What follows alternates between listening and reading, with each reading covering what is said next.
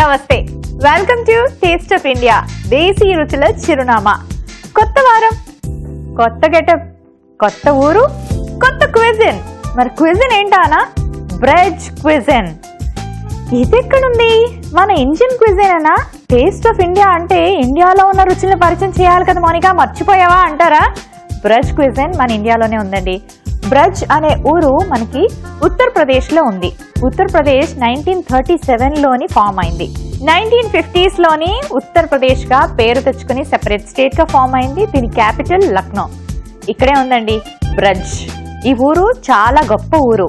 దీనికి చాలా విశిష్టతలు ఉన్నాయి. ఎందుకో తెలుసా? కృష్ణుడు పుట్టి పెరిగిన ఊరు కాబట్టి బ్రజ్ అంటే చాలా మహిమ గల, దైవశక్తులు గల, ఎన్నో మంచి మంచి విశేషాలతో కూడిన ఒక ఊరు అని చెప్పాలండి బ్రజ్ గురించి. బ్రజ్ మనుషులు, కల్చర్ కానీ, వాళ్ళ క్విజిన్ కానీ, వాళ్ళ పద్ధతులు కానీ అన్ని చాలా డిఫరెంట్గా ఉంటాయి. ఈ వీక్ అంతా నేనేమైనా ఊరుకుంటానా చెప్పండి? నా నోరు ఆగుతుందా? చెప్తూనే ఉంటుంది. సో ఈ వీక్ అంతా చెప్తూనే ఉంటాను. సో మరి ఈరోజు ఫస్ట్ రెసిపీ పరిచయం చేసే ముందు, ఈరోజు కార్తీక సోమవారం కాబట్టి మీ అందరికీ కార్తీక సోమవారం శుభాకాంక్షలు తెలియజేస్తూ ఓం నమో నమ శివాయ అంటూ మన ఎపిసోడ్ స్టార్ట్ చేద్దాం. మరి ఫస్ట్ నేను చేయబోయే recipe sweet recipe rabri kheer. మరి అది ఎలా ప్రిపేర్ చేసుకోవాలో ఇప్పుడు చూపిస్తాను.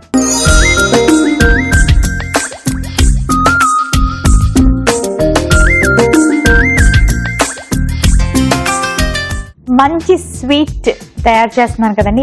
ఏదైనా మంచి పని చేసే ముందు మంచి స్వీట్ని టేస్ట్ చేస్తే మంచిదంట కదా. మరి ఈ వీక్ అంతా బ్రెడ్ క్విజిన్ మీకు పరిచయం చేస్తున్నాను కదా, అందుకే మంచి స్వీట్ రెసిపీతో స్టార్ట్ చేస్తున్నాను క్విజిన్ని. అంతేకాకుండా ఈరోజు కార్తీక సోమవారం కాబట్టి చక్కగా ఒక మంచి స్వీట్ మీకు నేర్పిస్తున్నాను. వీలైతే తయారు చేసి మీరు కూడా దేవుడికి నైవేద్యంగా కూడా పెట్టచ్చు. ఎందుకంటే జనరల్గా ఈశ్వరుడికి పాలతో చేసేవి ఏవైనా సరే పెట్టచ్చు అంటారు కాబట్టి ఇది మనం పాలతో తయారు చేసుకుంటున్నాము రబ్రీ ఖీర్. సో ఇప్పుడు ఏం చేయాలంటే ఫస్ట్ పాలు ఒక ప్యాన్లో వేసుకొని మరగబెట్టుకోవాలి. ఓకే,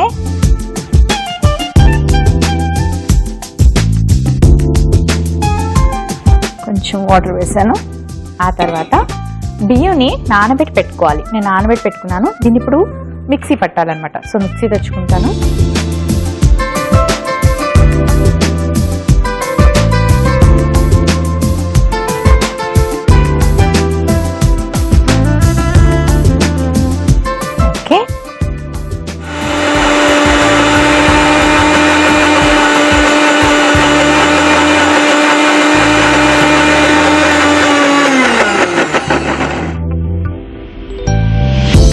ఇప్పుడు ఈ పాలల్లో కాస్త పంచదార వేసుకుందాం.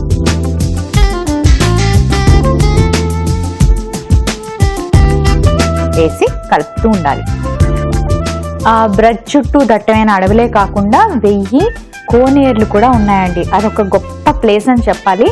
నేచర్స్ బ్యూటీ అంటే అదేనండి నిజంగా. ఎందుకంటే న్యాచురల్గా బ్రెడ్ చాలా అందంగా ఉంటుందన్నమాట.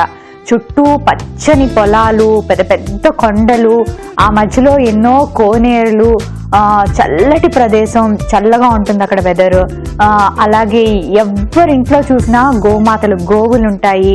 ఎందుకంటే కృష్ణుడు పుట్టిన స్థలం కాబట్టి అక్కడ గోవులకి చక్కగా పూజలు చేస్తారండి. సో గోవుల్ని పెట్టే గోశాలలు ప్రతి ఇంట్లో ఉంటాయి. కృష్ణుడు పుట్టిన స్థలం కాబట్టి ఏ పండుగ వచ్చినా, ఏ పూజ వచ్చినా ముందు వాటిని శుభ్రం చేసి గోవులకి స్నానం చేయించి వాటికి బొట్లు పెట్టి పువ్వులు పెట్టి గోవుల్ని ఎంతో అందంగా అలంకరిస్తారంట. వాళ్ళకి గోవు అంటే దైవం, అంటే గోమాత అంటాం మనం. గోవు దైవంతో సమానం కావని సిటీస్ లో ఏంటంటే గోవుకి పూజ చేయడం అన్నది చాలా తక్కువ అండి. కానీ ఇప్పటికీ బ్రజ్లోని ఆవుల్ని చాలా పవిత్రంగా చూస్తారు. తప్పకుండా ప్రతి ఇంట్లో ఉంటాయి. తప్పకుండా పూజలు కూడా చేస్తుంటారంట. ఓకే, పాలు మరిగిపోయి ఇప్పుడు మనం పేస్ట్ చేసి పెట్టుకున్న ఈ బియ్యాన్ని మనం ఇందులో వేసుకుంటాం అన్నమాట. పేస్ట్ అంటే మరి పేస్ట్ లా కాకుండా కొంచెం చిక్కగా తయారు చేసుకోవాలి. కచ్చా బిచ్చా అంటారు కదా, అలా కొట్టినా పర్వాలేదు అన్నమాట మిక్సీలో. మరీ పేస్ట్ లాగా తయారు చేసుకునే అవసరం లేదు. ఇప్పుడు ఇందులో వేసుకొని ఈ పాలల్లో ఇలా కలుపుకోవాలి.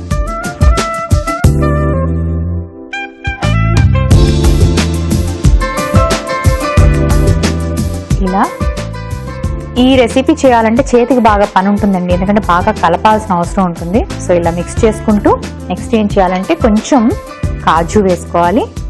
కొంచెం పక్కన పెట్టుకోండి, మళ్ళీ అటు పని ఉంది మనకి. అలాగే కొంచెం బాదం వేసుకొని మళ్ళీ పక్కన పెట్టుకోవాలి. కొంచెం కిస్మిస్ వేసుకొని మళ్ళీ లాస్ట్లో గార్నిష్ చేసుకోవడానికి పెట్టుకోవాలి. అలాగే కాస్త ఇలాచి వేసుకున్నాం కదా, దీన్ని ఇప్పుడు దగ్గరికి అయ్యేదాకా జాగ్రత్తగా కలుపుకోవాలి. ఇంతే కాకుండా మనకి బ్రజ్లోని ఎన్నో గుడులు ఉంటాయన్నమాట. టెంపుల్స్కి బ్రజ్ చాలా ఫేమస్. అంటే కృష్ణుడు పుట్టిన స్థలం కాబట్టి చాలా పవిత్రంగా చూస్తూ ఎన్నో రకాల టెంపుల్స్ కట్టారనమాట. అందులో గోవింద టెంపుల్ చాలా ఫేమస్, కృష్ణుడి టెంపుల్ చాలా ఫేమస్, రాధాకృష్ణుడి టెంపుల్ కూడా చాలా ఫేమస్. అక్కడ వాళ్ళు పద్ధతి ప్రకారంగా ఎలాంటి బట్టలు వేసుకుంటారంటే ఫ్రంట్కి వేసుకునే ఫ్రంట్ పళ్ళు వేసుకున్న సారీస్ ఆడవాళ్ళు కట్టుకుంటారు. అంతేకాకుండా ఇలా చుడిదార్స్ వేసుకుంటారు, ఇలా జాకెట్స్ వేసుకుంటారు. కృష్ణుడికి ఇష్టమైన డ్రెస్సింగ్ స్టైల్ ఇలా ఉంటుందన్నమాట. సో ఇలా ప్రతి ఒక్కరూ అక్కడ అందంగా ట్రెడిషనల్గా తయారవుతారు. ఇంతేకాకుండా ఎక్కువగా అగ్రికల్చర్కి సంబంధించిన వాటి మీద డిపెండ్ అవుతూ ఉంటారన్నమాట. అలాగే పాలకి సంబంధించిన వ్యాపారాలు ఎక్కువగా చేస్తూ ఉంటారన్నమాట. ప్రతి ఒక్కరి దగ్గర పశువులు ఉంటాయన్నమాట. అంటే ఆవులు, గేదెలు, మేకలు ఉంటాయన్నమాట. సో కృష్ణుడంట 11 ఏళ్ళ 8 ఏళ్ల వయసు అప్పుడు కొండకి అంటే ఆ అడవిలోకి ఆవుల్ని తీసుకుంటూ వెళ్ళాడంట, తోలుకుంటూ వెళ్ళాడంట అండి. అది కూడా ఒక పండగగా సెలబ్రేట్ చేసుకుంటారంట అక్కడ. సో ఎక్కువగా అక్కడ చేసే వ్యాపారమైనా అక్కడ ప్రతి ఇంట్లోనైనా ఆవులు ఉంటాయి కాబట్టి ఎక్కువగా కృష్ణుడి పేరు చెప్పి అందరూ ఈ పూజల్ని చేస్తూ ఎక్కువ ఆవులకి ప్రాధాన్యత ఇస్తారంట. సో చూసారు కదా, దగ్గరకు అయిపోయింది. ఇలా మిక్స్ చేసుకుంటూ ఉంటే బ్రజ్ బాగా డెవలప్డ్ ప్లేస్ కాదండి. అక్కడ పెద్ద పెద్ద ఇండస్ట్రీస్, పెద్ద పెద్ద కంపెనీస్ అలాంటివి ఏమీ లేవు. చిన్న ఊర్లాగా ఉంటుంది. చెప్పాను కదా, పచ్చదనం ఎక్కువగా కనిపిస్తుంది, ఎటు చూసినా నీరు కనిపిస్తాయి. కానీ ఇప్పుడు వెళ్ళి అవన్నీ కనిపించలేదు మోనికా అని మీరు నన్ను అడుగుతారేమో. ఈ మధ్యకాలంలో అడవులు కొట్టేశారు, అలాగే నీళ్ళన్నీ ఎండిపోయాయంట. సో ఆ విధంగా లేదు. కానీ ఒకప్పుడు బ్రజ్ గురించి నేను చెప్తున్నాను. బ్రజ్ అంటే న్యాచురల్ బ్యూటీ, సీనిక్ బ్యూటీ అది. ఓకే, బాగా కలిసిపోయింది కదా. నెక్స్ట్ ఏం చేయాలంటే కొంచెం రబడీ ఇందులో యాడ్ చేసుకోవాలి.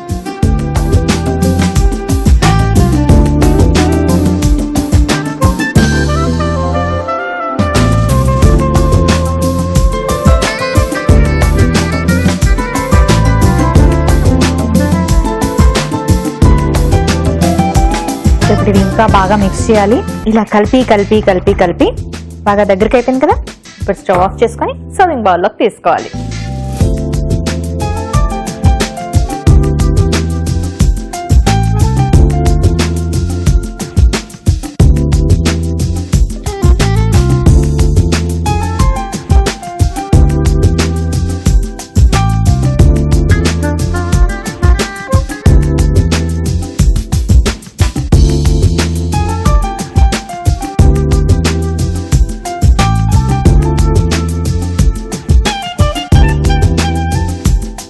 ఇప్పుడు కాస్త బాదాం,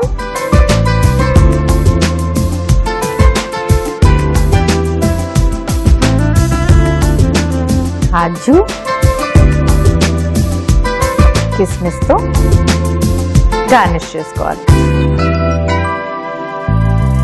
చూసారు కదండి, రబ్రీ కీర్ రెడీ అయిపోయింది. మరి దీనికి కావాల్సిన పదార్థాలు, తయారీ విధానం మరొకసారి మీకోసం.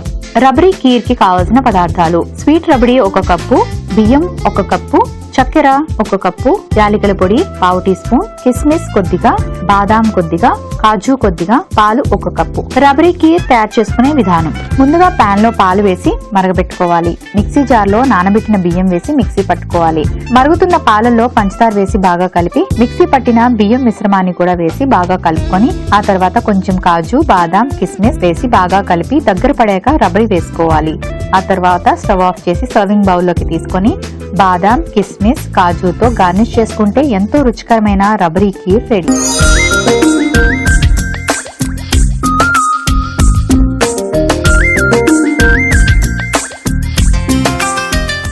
రబరీ కీర్ కి కావలసిన పదార్థాలు, తయారీ విధానం మరొకసారి చూసారు కదండి. సో ఇప్పుడు టేస్ట్ చేసి ఎలా ఉందో చెప్తాను.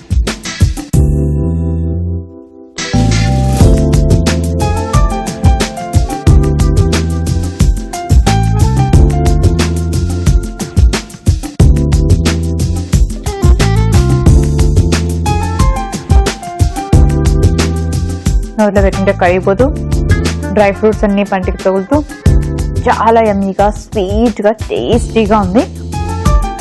కొంచెం ఎక్కువ చేసుకోండి ఎందుకంటే టేస్ట్ బాగుంది కదా, అందరికీ కావాలనిపిస్తుంది ఇంట్లోని. అండ్ సరిపోకపోవచ్చు, సో ఎక్కువ పాలు వేసుకోండి, కొంచెం ఎక్కువ క్వాంటిటీలో ప్రిపేర్ చేసుకోండి. దీన్ని ఫ్రిడ్జ్లో స్టాక్ చేసుకొని మనం రోజు తినొచ్చు కూడా. ఒకే రోజులో ఎక్కువ తినేయకండి, 1 స్పూన్ మాత్రమే తినండి, కంట్రోల్ చేసుకోండి ఇష్టం ఉన్న. ఎందుకంటే ఎక్కువ క్యాలరీస్ని ఒక రోజే తీసుకోకూడదు కాబట్టి. కానీ ఇందులో మనం ఎక్కువ క్యాలరీస్ కూడా యూజ్ చేసుకోలేదు. రైస్ పౌడర్ చేసాం కదా, అది పాలు కొంచెం పంచదార మాత్రమే వేసుకున్నాను. మిగిలినవన్నీ డ్రై ఫ్రూట్స్ హెల్త్కి ఎలాగో మంచిదే. ఓకే, మంచి స్వీట్ చూసారు కదా. నెక్స్ట్ నేను చూపించిపోయే రెసిపీ పేరు రైస్ పాపిడి. మరి ఇది ఎలా తయారు చేసుకోవాలో ఇప్పుడు చూపిస్తాను.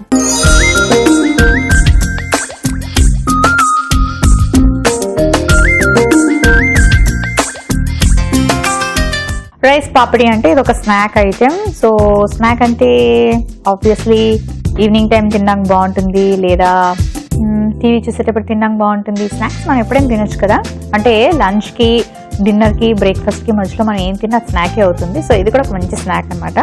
రైస్ పౌడర్ తీసుకోవాలి, బియ్యం పిండి,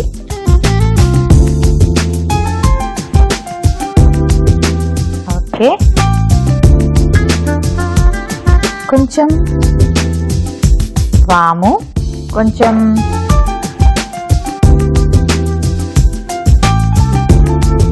గరం మసాలా పౌడర్, ఆ తర్వాత మిరియాలు వేసుకోవాలి.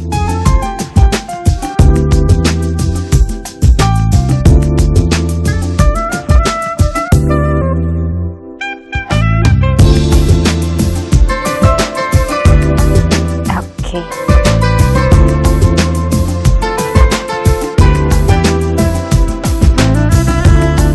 కొంచెం వాటర్ వేసుకొని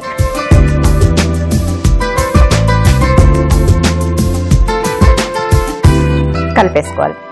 చపాతీ పిండి ఎలా కలుపుకుంటాం అలా కలుపుకోవాలి. కాకపోతే ఇందులో మనం కొంచెం ఆయిల్ కూడా వేసుకుంటున్నాం.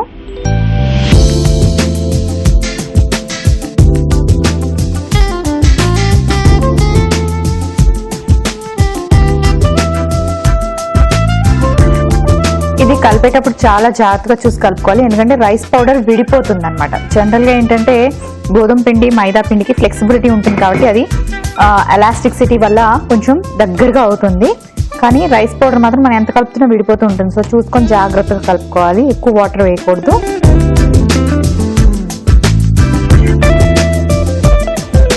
ఇది కూడా ఒక ఫేమస్ స్నాక్ అండి బ్రజ్ క్విజిన్లోని. సరిపోతుంది.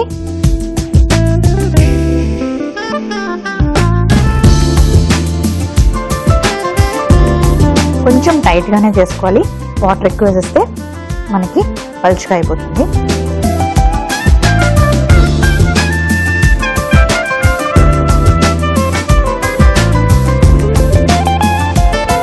కలుపుకోవడం కొంచెం కష్టంగా ఉంటుంది.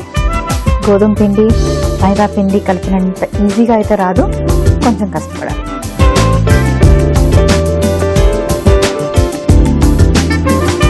ఓకే, చూసారా, ఇలా కలుపుకొని రెడీగా పెట్టుకోవాలి. ఇప్పుడు ఏం చేయాలంటే కొంచెం ఆయిల్ వేసుకొని చేతిలో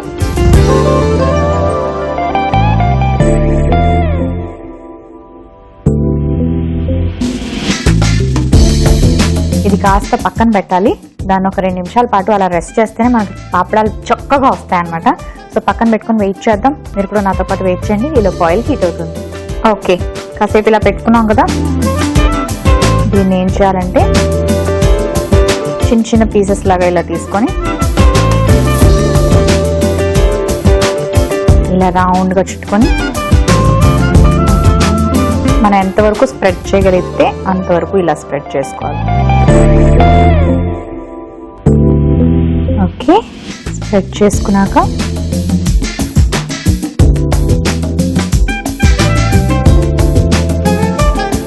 కొంచెం ఇలా ఆయిల్ అప్లై చేసుకున్నాం.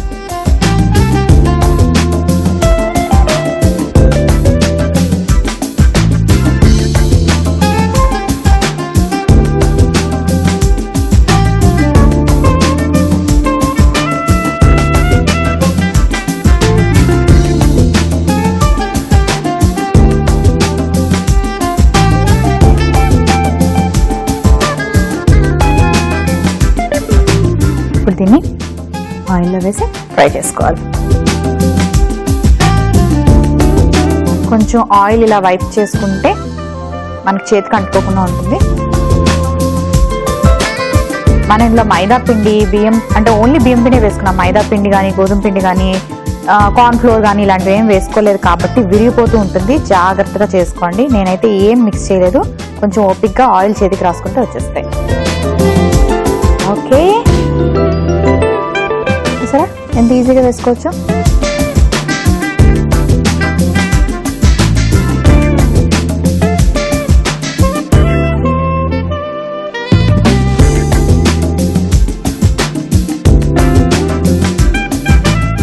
పొంగుతున్నాయి.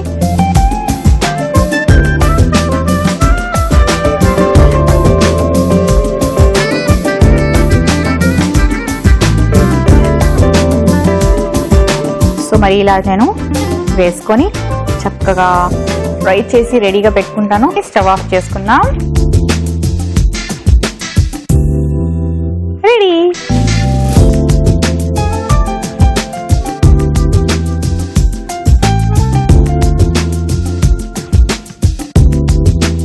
ఇవి ఎర్రగా ఆగాలేమో అని చెప్పి అలా వదిలేయగలరు, మాడిపోతాయి. మనం బియ్యం పిండితో తయారు చేసుకున్నాం కాబట్టి ఇవి ఎర్రగా రావు, ఇలాగే ఉంటాయి. మనకి ఈజీగా తెలిసిపోతుంది అవి బాగా ఫ్రై అయ్యలేదో. ఫ్రై అయితే తీసేసుకోవచ్చు. ఓకే, ఇప్పుడు ఒక సర్వింగ్ ప్లేట్లోకి తీసుకుంటాను.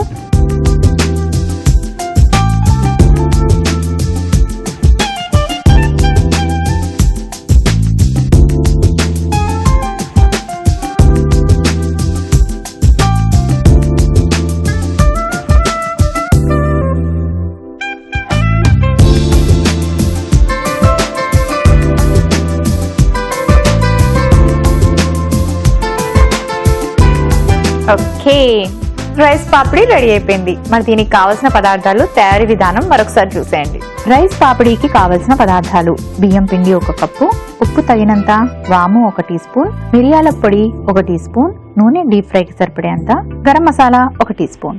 రైస్ పాపిడి తయారు చేసుకునే విధానం: ముందుగా ఒక బౌల్లో బియ్యం పిండి, ఉప్పు, వాము, గరం మసాలా, మిరియాల పొడి వేసి నీళ్లు పోసి చపాతీ పిండిలా కలుపుకొని 10 నిమిషాల పాటు పక్కన పెట్టుకోవాలి. ఆ తర్వాత ఈ పిండిని చిన్న చిన్న ఉండల్లాగా తయారు చేసుకుని చేతికి నూనె రాసుకొని చిన్న చిన్న పాపడాల్లాగా ఒత్తుకొని మరుగుతున్న నూనెలో వేసి 2 వైపులా ఫ్రై చేసుకొని స్టవ్ ఆఫ్ చేసి సర్వ్ చేసుకుంటే రైస్ పాపిడి రెడీ.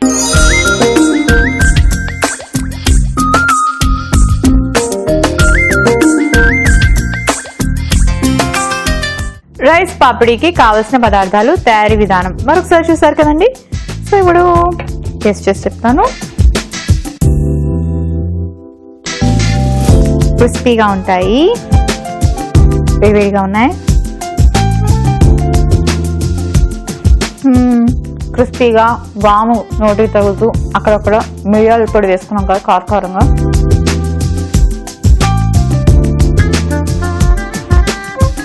స్నాక్ అన్నందుకు స్నాక్ లాగా ఉందండి. Time pass food. సాస్తో తినచ్చా? ట్రై చేయొచ్చు, తప్పలేదు. చట్నీతో వద్దు, బాగోదు. అండ్ ఇంకొకటి ఏంటంటే, ఈ మధ్య కాలంలో నేను చూసింది స్నాక్స్ అనగానే పకోడీలు, బజ్జీలు, పునుకులు ఇలాంటివన్నీ బయట నుంచి తెచ్చుకుంటారు. చెత్త చెదారం అండి, నిజంగా చెత్త చెదారం.